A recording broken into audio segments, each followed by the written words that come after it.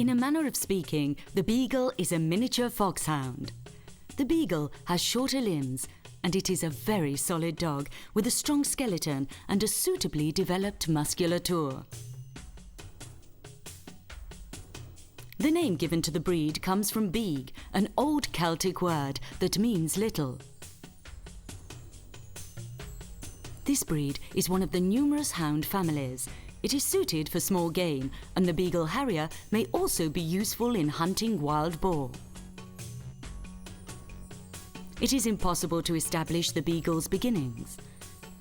It is a very old British breed that is even mentioned in one of the poems of the famous Gaelic bard Ossian. Around 1500, King Henry VIII loved these dogs as much as he loved his daughter Elizabeth I. She not only had a large pack, but also bred them so small that they could fit into the pocket of a hunting coat or a saddle bag.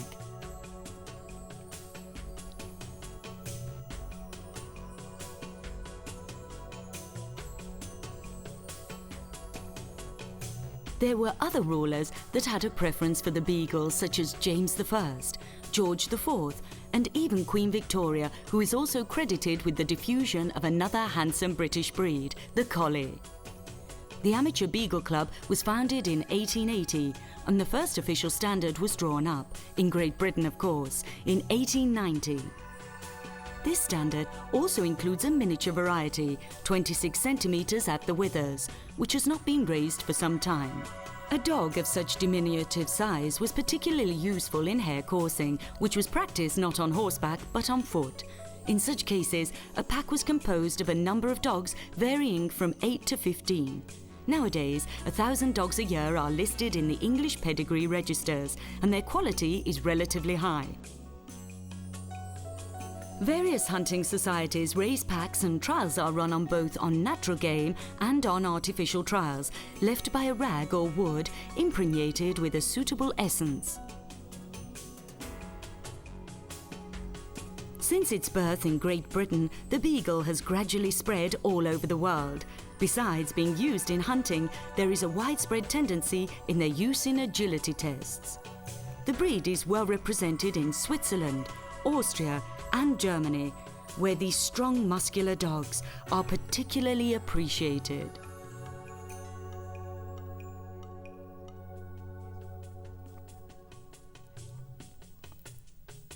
The work trials in continental Europe are carried out using natural game and are based on the most common local game animals such as hare, wild boar or small deer. On average, 400 puppies a year are raised in Denmark. The beagle, which arrived there in the 60s, is appreciated mainly as a companion dog, but it is also employed in agility competitions. The bloodlines used are British, American, and from the neighbouring Scandinavian countries, where breeding for hunting is prominent. In countries of Eastern Europe, unfortunately, there is a form of commercial breeding which prevails and is politically encouraged, in addition to some fervent and responsible breeders. There are breeders in Australia who use various bloodlines from Britain, America and New Zealand. In New Zealand, there are excellent dogs that come from British and Australian blood. There are a significant number of dogs in Brazil. The beagle has been used in packs since the 30s to hunt for jackals in South Africa. In the United States, this dog is very popular and is used for rabbit hunting. The beagle landed in France in 1860, and it rapidly found favour with hunters who used it for small game. Its success grew over the years, and it is interesting to read that Baron Aubigné, president of the French Beagle, Beagle Harrier and Harrier Club, wrote in the 50s, "Today, the beagle is the most sought-after dog for small game, yet its great popularity is not due to fashion, but rather to the contingent demands of our times. The high cost of food and transport has forced the majority of small game hunters to use smaller dogs, inexpensive but fiery, active and useful in doing a profitable job."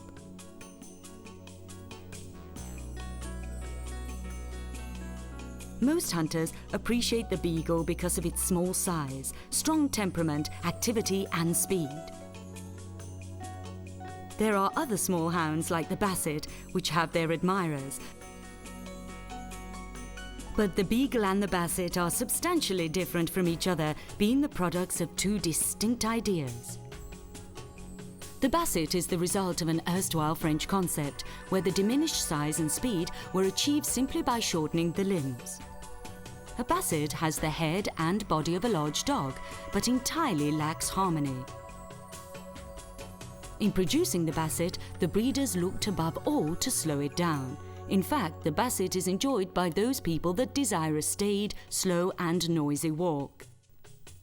The Grand Basset Griffon Vendine is an exception, as the breeders desired slimness and speed. The Beagle, however, was completely reduced in size, not just in length of its limbs. The result was a wonderfully proportioned, well-balanced, very harmonious and aesthetically pleasing small hound that the English tried to make as fast as its size. The Beagle was imported to France in the second half of the 19th century by Paul Galliard. He gave some dogs to the Chabot brothers, who raised litters celebrated for their beauty and the results achieved in the hunt. Count Beauregard also raised excellent dogs, and it could be said that nearly all the Beagles in Europe have blood from the breeding by Count Beauregard and the Chabot brothers.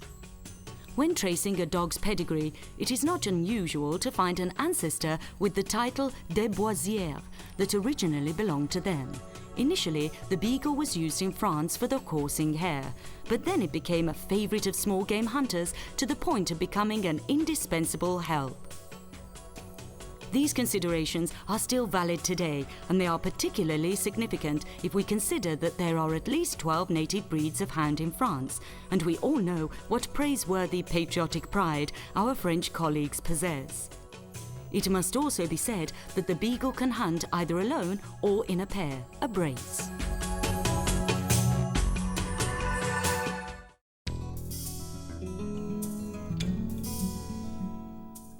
A packhound of medium height, well-proportioned, compact with a solid skeleton and suitable for hunting by pursuit. It is an alert and determined dog, but never aggressive or timid. The head is relatively imposing but not coarse, with a well-defined stop, pronounced occipital crest and parallel facial skull planes. The nostrils must be obviously wide, well open, and the nose is preferably black, but brown is admitted in lighter coloured hounds. The eyes must not be too close, and they must have a mild expression. They are dark brown, hazel, neither sunk nor bulging. The flews cover the lower jaw, narrow muzzle. The ears are rather long with rounded tips, but do not go much beyond the muzzle. They are set on low, fine in texture and hang gracefully close to the cheeks.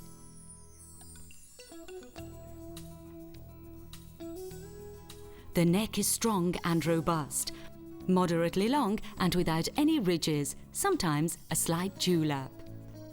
The forequarters must be perfectly perpendicular with solid elbows and well-slanted shoulders. The front pasterns are solid and rather straight. The sturdiness and the solid limbs both contribute to the desired powerfulness. The height from the elbow to the ground is about the half of the height to the withers. The hind legs have muscular thighs and solid hocks. The feet are strong and well closed, not like a hare. The toes are strong and curved. The trunk is square and must give the impression of compactness.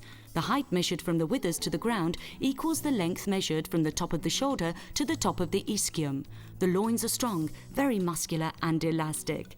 The top line is straight. The height at the withers varies from 33 centimeters to 40 centimeters for both sexes. The tail is sturdy and moderately long, set high and carried gaily but not curled over the back or inclined from the root, well covered with hair, especially on the underside.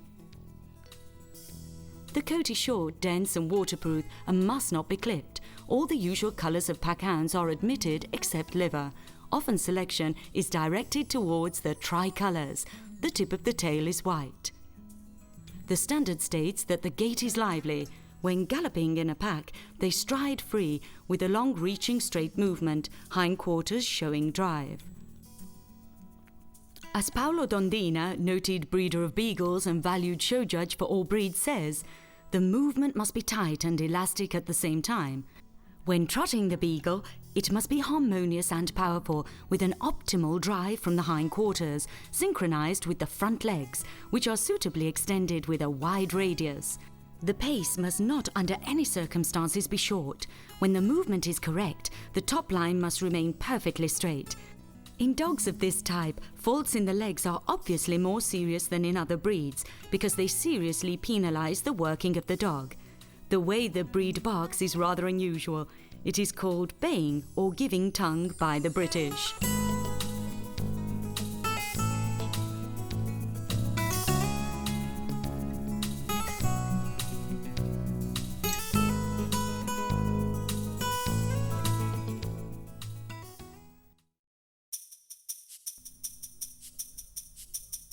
The beagle, like many other hunting breeds, has partially remained a victim of its attractiveness, and many keep it as a companion dog, won over by its gentle and affectionate character. It must be emphasized that no dog should be forced to lead an unnatural life. The beagle can, if it must, adapt to life in an apartment, but long walks are essential. It may be let free in the open countryside, but this is not advisable in a public park because it might stray after interesting trails with possible unpleasant consequences. Today, the beagle has practically spread all over the world and is particularly popular in the United States, where it was imported in 1884 to work for Colonel Harty. Currently, about 50,000 dogs are annually enrolled in the American pedigree registers. The way this very common breed is used is important. Many hunters use it for hunting bigger game, thus to some extent forcing it out of its limited specialization. Clearly, experience in the field is important, and here we can quote an interesting opinion from a Swiss breeder who said, "I have been raising beagles for 25 years, and I have been a hunter for more years than that. I started with 2 beagles because I had read that they were powerful and untiring dogs, and they seemed the proper breed for my temperament and my hunter spirit."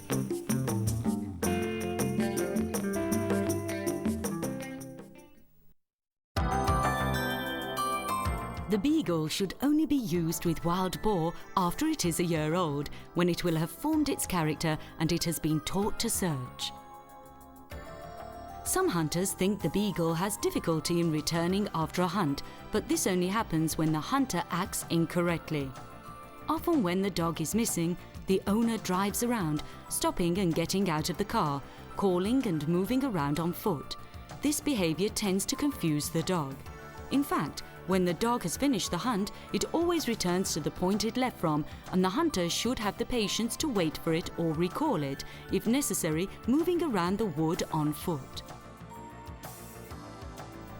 Some say that in the hunting practice, the beagle is a slow dog, but its tenacity when following the trial often results in greater reliability and success compared to many other hounds, even when the trial is faint. Some time ago, the first trial on wild rabbits reserved for beagles was held in Sicily, home of the Cirneco dell'Etna. The breed performed enthusiastically and skillfully in the various stages of casting, approach and flushing. The approach phase must be as rapid as possible and must take into account the natural roughness of the terrain. It must be detailed, precise and properly vocal. The beagle can be used in pairs, a brace, in a group of 3 or alone. In all cases, the rhythm and the tenor of the bark must increase hand in hand with the decrease in distance from the rabbit, when the tongue becomes unmistakably rhythmic and insistent in order to signal to the hunter that it has roused the game. The beagle's noted sense of smell is also used in airports in the United States to identify attempts to introduce or smuggle certain foods of vegetable origin. It is severely prohibited to import unboxed food into the United States, let alone plants whose seeds could carry bacteria not usually present in America, which could cause an agricultural epidemic. The training program for detection of undesired substances is similar to the scheme studied at one time for narcotic dogs in the United States.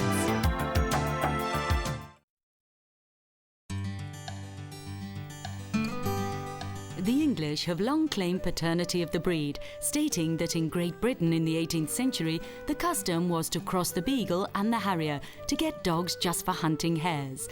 Such crosses, it was claimed, had been carried since the 1600s. The French claim that the Beagle Harrier was bred in France towards the end of the 18th and the beginning of the 19th century by crossing the Beagle and the modern Harrier. Also introducing a little percentage of French briquette blood, according to some. The great discovery was joining the Beagle's formidable nose and love for hunting with the greater size and speed of the Harrier, ending up with a hunting dog specialised in small to middle-sized game, particularly hares and roe deer. The union of the two dogs would not be an easy enterprise. If they were horses, the Beagle would be a cob, a strong, compact horse, while the Harrier would be a hunter, known for its lean.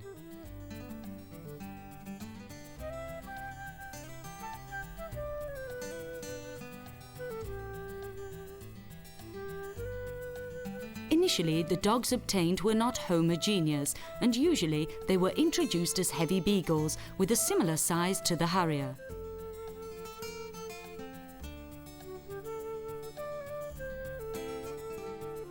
The French hunters realized that the ideal type was that of a slimmed-down small Harrier.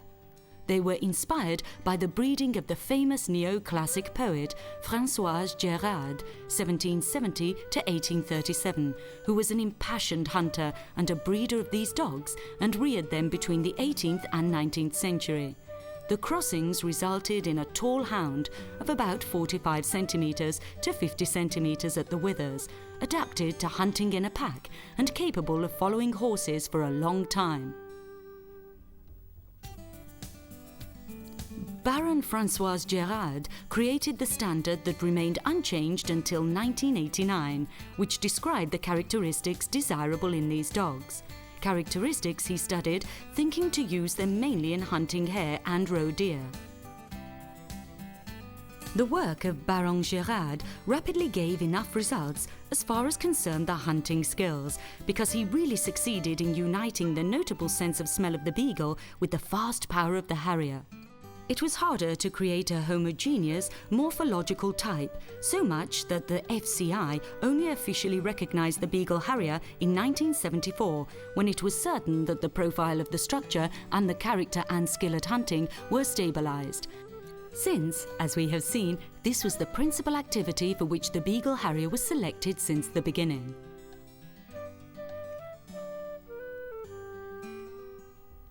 Usually it works in big packs, especially in France, and it is specialized in hunting game with fur of small to middle size.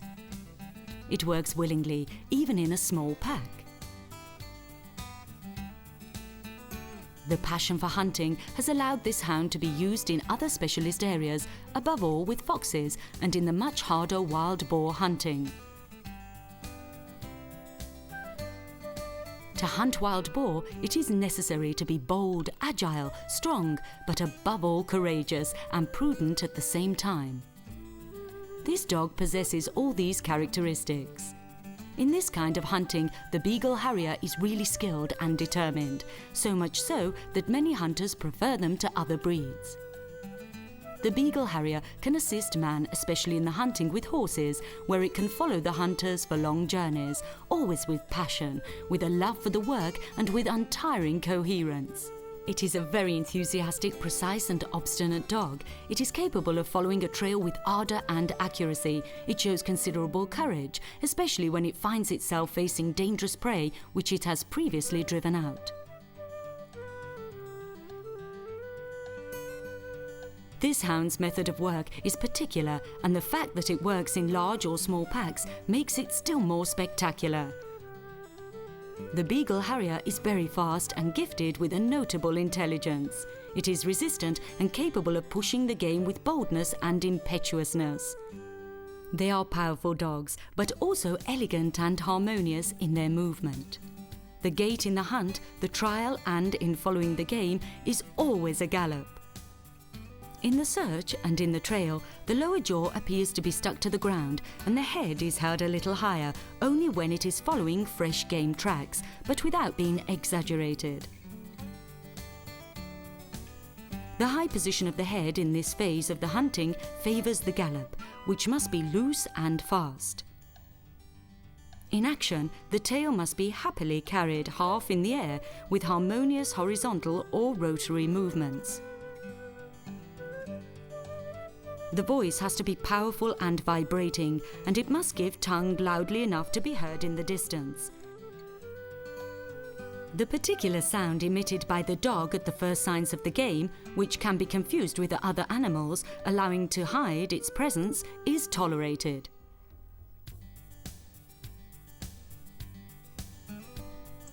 The Beagle Harrier works happily as a hound, especially hunting hares. It may be used on any terrain with a preference for woods.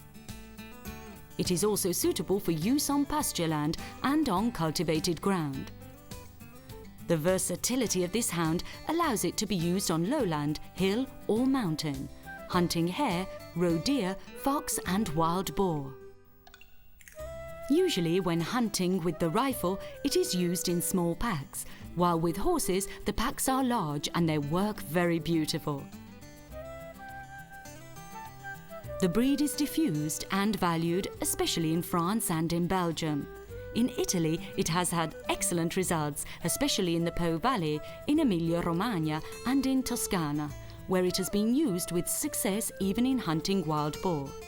The Harrier has a docile and friendly character, but it is not suitable as a house dog, partly due to the intense smell that some dogs emanate and because it is principally a hunting dog.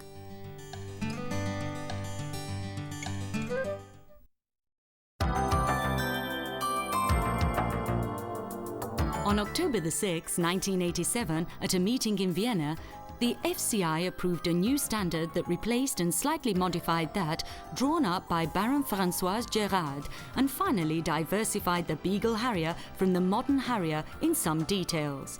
The Italian National Association of Dogs approved this standard on November 27, 1989.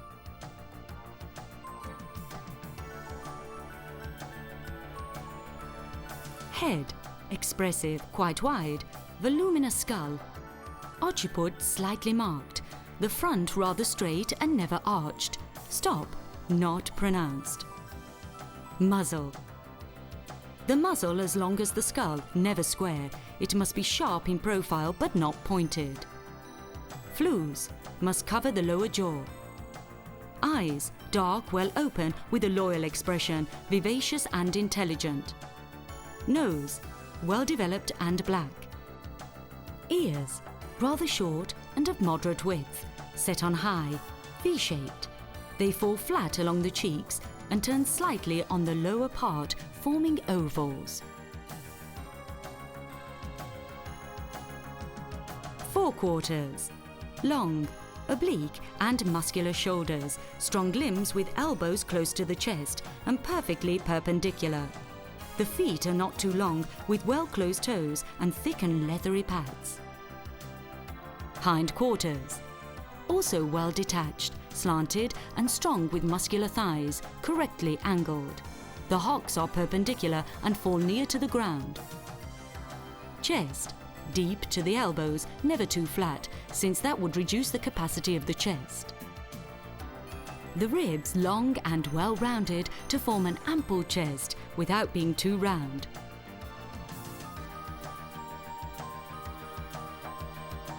Back, muscular, short and solid. Loins, strong and muscular, they may be moderately curved. Abdomen, rather full, never risen. Coat, hair quite thick, not too short and never long. Tricolour with tawny black and white, without giving too much importance to coats with more or less tawny markings, pale markings or scorch marks such as the grey Harrier. The grey or white-grey tricolours cannot be disqualified or penalised only for their colour. Gait, vivacious, elastic and very loose. Height, 45 cm to 50 cm at the withers. Faults, a timorous and unintelligent appearance or fragile structure, the head too heavy, the stop too marked, arched front, too short a muzzle with regard to the length of the skull, and square or too pointed. Falling ears that recall the presence of French blood. Nose without pigmentation, poor bite, flat or squashed feet, discoloured testicles. The males must have 2 apparently normal testicles that descend fully in the scrotum. A proper diet is essential to your dog's correct and full development so as to be able to keep it in perfect shape and health. Some people believe that dogs can eat virtually anything and therefore give their dogs all kinds of food, often recycling the leftovers from their own meals. This is a serious mistake, since what may be digestible to us and a source of nourishing substances often cannot be digested by dogs or is unable to be metabolized. A final piece of advice. It sometimes happens that a dog loses its appetite and refuses food for 1 or even 2 days. This is a normal occurrence, and in these cases it is a good rule not to always leave a full bowl of food down for the dogs. Instead, the food should be removed after a short time. Present the bowl of food again at the following mealtime after having changed its contents. In the event of loss of appetite lasting for more than 2 days without the presence of side symptoms, or if it is accompanied from the outset by symptoms of general suffering or exhaustion, consult your vet immediately. It is very likely to be an ordinary ailment, but in this case it is not worth taking a risk, and it is better to seek reassurance from an expert. We will now begin with a brief description of a dog's digestive apparatus. As in all carnivores, the stomach is of large dimensions, whereas the intestine is relatively short. Initial digestion in the stomach takes from 3 to 8 hours. Then the food passes into the intestine, where the nourishing substances are assimilated, which are then transmitted to all the organs through the blood. The stomach's large capacity and the slow digestion process allow abundant meals to be eaten at fairly spaced out intervals. Naturally, to keep dogs in excellent health, it is necessary to provide them with all the elements that they require, that is, proteins, carbohydrates, fats, vitamins, and minerals. When dogs were carnivorous predators, these elements were assimilated by dogs through the animals that they hunted, and which were generally herbivores. Afterwards, civilization has led it to feed differently, but it will always be necessary to provide dogs with the appropriate substances. Dogs produce energy from their diet, which is then used for the maintenance of vital functions and movement. The more active a dog is, the greater the energy intake it will require. Without going into detailed food studies that would require a specific treatise, we can simply say that dogs particularly require fats or lipids, both of animal and vegetable origin, and it is these which provide the necessary energy and which accumulate in the organism to provide possible energy reserves. The proteins that make up the large part of the animal's body are also essential. These are indispensable to the formation of all the tissues, especially muscles, and also constitute the basis of hormones and the blood.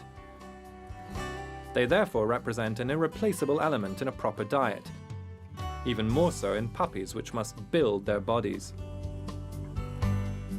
Sources of protein are meat, cheese, eggs and fish, which are well digested by dogs, and also soybean flour, peanuts, legumes, which are however digested with more difficulty. An excess of proteins is harmful and can lead to various kinds of disorders, depending on the conditions. Carbohydrates are not essential to a dog's diet.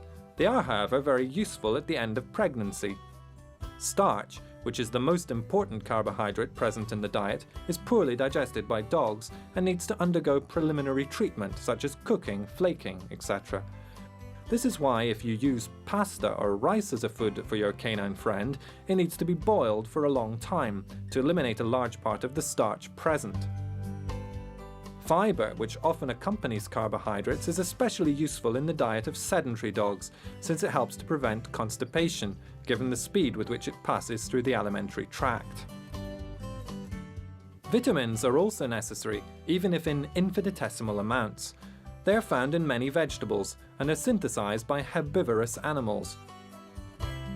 This is the reason why when a carnivore kills its prey, generally herbivorous, it immediately feeds on the intestines, where there are residues of partially digested vegetable matter.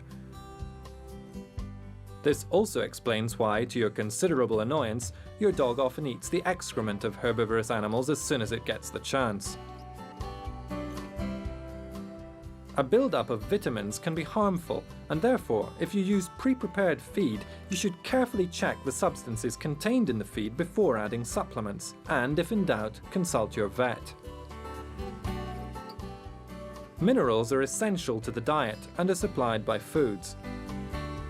Deficiency in certain minerals such as calcium, iron, potassium, sodium, copper and others can cause abnormal growth in puppies, also with serious consequences and general debility in adult dogs, or the onset of problems of varying degrees. There is excellent pre-packed feed on the market, both moist and dry types, that provide all the necessary elements for initial growth, and to then keep your dog in top shape. Even if you use pre-packed feed, you will, however, be able to give some fruit or other food which your dog will find tasty, taking care not to exaggerate and not to give harmful substances such as sweets, fried foods, rice dishes, fresh or soft doughy bread that are extremely harmful and which can also have very serious long-term consequences. Instead, if you want to prepare the food yourself, then follow the advice of the breeder who sold you the dog, or your vet's advice. As a general rule, it is worth knowing that meat, ideally beef, is essential. If pork meat is given, it must be well cooked in order to avoid infections. Poultry, meat and rabbit are also fine, provided that they are completely boneless. Giblets, although less rich in nourishing substances, are well liked. Fish is an excellent food and is best given cooked. It is particularly advisable for low-fat diets for dogs with digestive or skin problems. It is also an excellent means with which to make the diet less monotonous. Eggs are appetizing and supply many nourishing substances. They are particularly advisable for puppies and suckling females. Yolks can be consumed raw, whereas the albumin should always be cooked. Fats, such as lard and oil, are always readily accepted by dogs and are particularly useful during moments of work or physical effort. 1 or 2 teaspoonfuls of oil added to food are always beneficial. Dry bread is a good energy source, but it must be well dried. It is also useful for cleaning your dog's teeth and for keeping them in good condition. Pasta and rice are very useful, but as we have already said, they should be cooked very well to eliminate starch, which is not easily digested. Fruit and vegetables, even if not essential, can be given to dogs that appreciate them. However, the nutritional intake is very slight and is only worthy of note for the intake of roughage. Needless to say, the final element which is essential to nutrition is water. Fresh and plentiful, that must be available at all times. If in a bowl, it should be changed as often as possible, especially during hot spells. It is absolutely indispensable to dogs that eat dry and not moistened feed. The final aspect of the diet to take into consideration is the frequency of meals. From birth, puppies have their meals by following times that are spaced out by the instinct of the mother and the other siblings in the litter. The feeds are gradually reduced during weaning and are integrated with suitable foods that should be recommended by an experienced breeder or a vet. Between 1 and 3 months of age, weaned puppies should have 4 meals at regular intervals. From 4 to 7 or 8 months, the number of meals can be reduced to 3, further reduced to 2 meals at 8 to 18 months, and afterwards, if desired, down to just 1 meal a day, even if it is not harmful to continue with 2. On the contrary, this is recommended by certain individuals.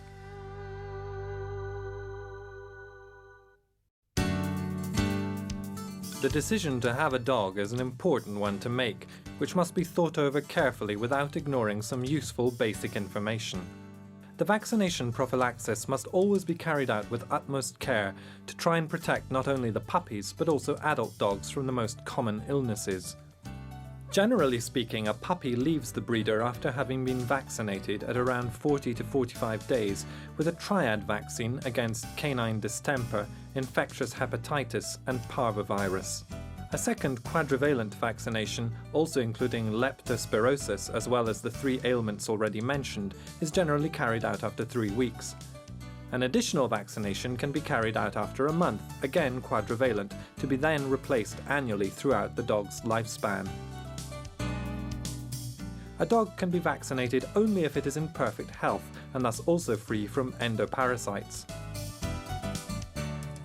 Appropriate anti-helminthic treatment must be carried out normally twice a year.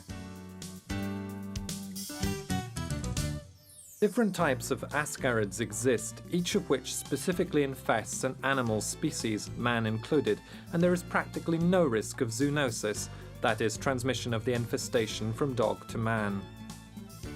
It is important that dogs are also kept free from ectoparasites, that is, those that live on dogs such as fleas and mites, both of which are hematophages. Moreover, fleas act as an intermediate host for a type of taenia. Numerous specific products exist to free dogs from these annoying parasites, but one must not forget to also carry out appropriate disinfesting operations in the areas where dogs live. The arrival of spring exacerbates the problems caused by undesired guests, the mites that arrive along with the initial spring warmth. A run in the meadows through woods, perhaps near groups of farmhouses and farms where there is livestock, can result in our canine friend returning home with mites. Not necessarily, since some factors may exist which make a dog more or less susceptible, also depending on its general state of health, that can influence whether or not a dog will pick up these acari. They represent a grave danger to dogs because they transmit pyroplasmosis, a serious infection carried by protozoa of the Pyroplasma species that affects pets and also causes death if not discovered and treated in time. The symptoms in its acute form are represented by fever, also sthenic, asthenia, pallor of the apparent mucous membranes, and hyperchromia of the urine that can also become brown-black in colour. In advanced cases, jaundice and a comatose state which could possibly result in death. The mites suck blood for 2 or 3 weeks, and once having mated, the female then detaches itself from the animal and deposits the eggs a week later. The deposited larvae, recognizable by their reddish colour, are minute, like tiny beads. They also look for a host on which to climb, sucking blood for several days. They then detach themselves and after a few days change into octopede nymphs of bluish colour. They become adults towards August or September. With the arrival of autumn, the adults immediately upon hatching then lay dormant in cracks in the ground until the next spring. In general, the mites attach themselves to less thick skin, such as ears, armpits, groin, between the digits of the paws. Therefore, as a precautionary measure, we should always examine our canine friends for signs of any undesired guests after a walk in the open. Correct dog hygiene starts with coat care. For most breeds, but not all, it is advisable to brush the coat almost daily in order to remove the hairs that have reached the end of their life cycle. The coat of many breeds requires specialized grooming, which is to be carried out several times a year. One must not generalize about the fact that a shiny coat is a sign of good health, since in some breeds it should have a tendency to be dull. Dogs must not be washed too often so as not to damage the protective function of the sebaceous glands. The skin in normal conditions should always look clean, without dandruff deposits or desquamations of any kind. Should cutaneous alterations appear, such as eczema, alopecia areas, i.e. hair loss and failure of hair regrowth, thickening or the appearance of abnormal pigmentation, consult your vet without delay. Cutaneous alterations due to mycosis or mange are spread by contagion, but only in the case of particularly debilitated animals and when one fails to observe the most basic hygienic rules. Claws must also be checked periodically. These are normally worn down in dogs that undergo normal physical activities, but it may be necessary to shorten them with the aid of a special tool. Oral hygiene should never be overlooked, and especially in miniature breeds, tartar removal is necessary from time to time because it can cause pyorrhea and bad breath. Certain bones are available on the market that, besides constituting a treat for our four-legged friend, act as a natural toothbrush. In puppies aged between 4 and 6 months, the deciduous dentition is gradually replaced by the permanent one. Regular inspections of the mouth are advisable during this period to check that everything is okay. The existence of cardiopulmonary filariasis, a serious disease caused by a nematode parasite, Dirofilaria immitis, or the blood and heart, has been known for several centuries, as has been known the important transmission mechanism of the disease by the mosquito for about a century. However, it is only in the last 20 years, due to the rapid diffusion of filariasis in dogs kept for company and work dogs, that research institutes, pharmaceutical companies and vets have paid increasing attention to the problem. It is therefore important that dog owners are also aware, even if in general terms, of the existence and phenomena of the parasitosis. The transmission of the disease occurs through the mosquito's sting, which takes up the filaria larvae by sucking blood from an infected subject to then inoculate them into another healthy dog. The high contagiousness of the parasitosis is therefore easily understandable, in addition to its seasonality, spring-summer. During a period of around 6 months, the larvae in the dog's blood grow into adult worms that are situated in the heart and pulmonary arteries. In turn, the adult filariae produce small larvae called microfilariae, which will live in the blood. The dogs most affected are obviously those that spend more or less long periods outside, hence gun dogs, work dogs, and those that sleep in the open. The damage induced by the presence of the filariae is of considerable seriousness for that which concerns the cardiocirculatory function, and initially shown as a tendency for dogs to tire easily and the presence of a cough or respiratory dysfunction. The vet giving treatment at this stage will perform different clinical and laboratory tests that will confirm the presence of the parasites. On the contrary, the damage caused by chronic cardiopulmonary filariasis is extremely serious. The alteration of the cardiocirculatory function is often accompanied by liver and kidney lesions and a state of generalized hypersensitivity in the whole organism. The prevention programs that have only been practicable for a few years thanks to the use of specific new drugs are simple to carry out and do not involve toxicity risks for dogs. After having carried out a test to ensure the absence of a previous infestation, the oral administration of a medicine once a month for the duration of the entire hot season will give dogs effective protection, also if they are stung by an infected mosquito.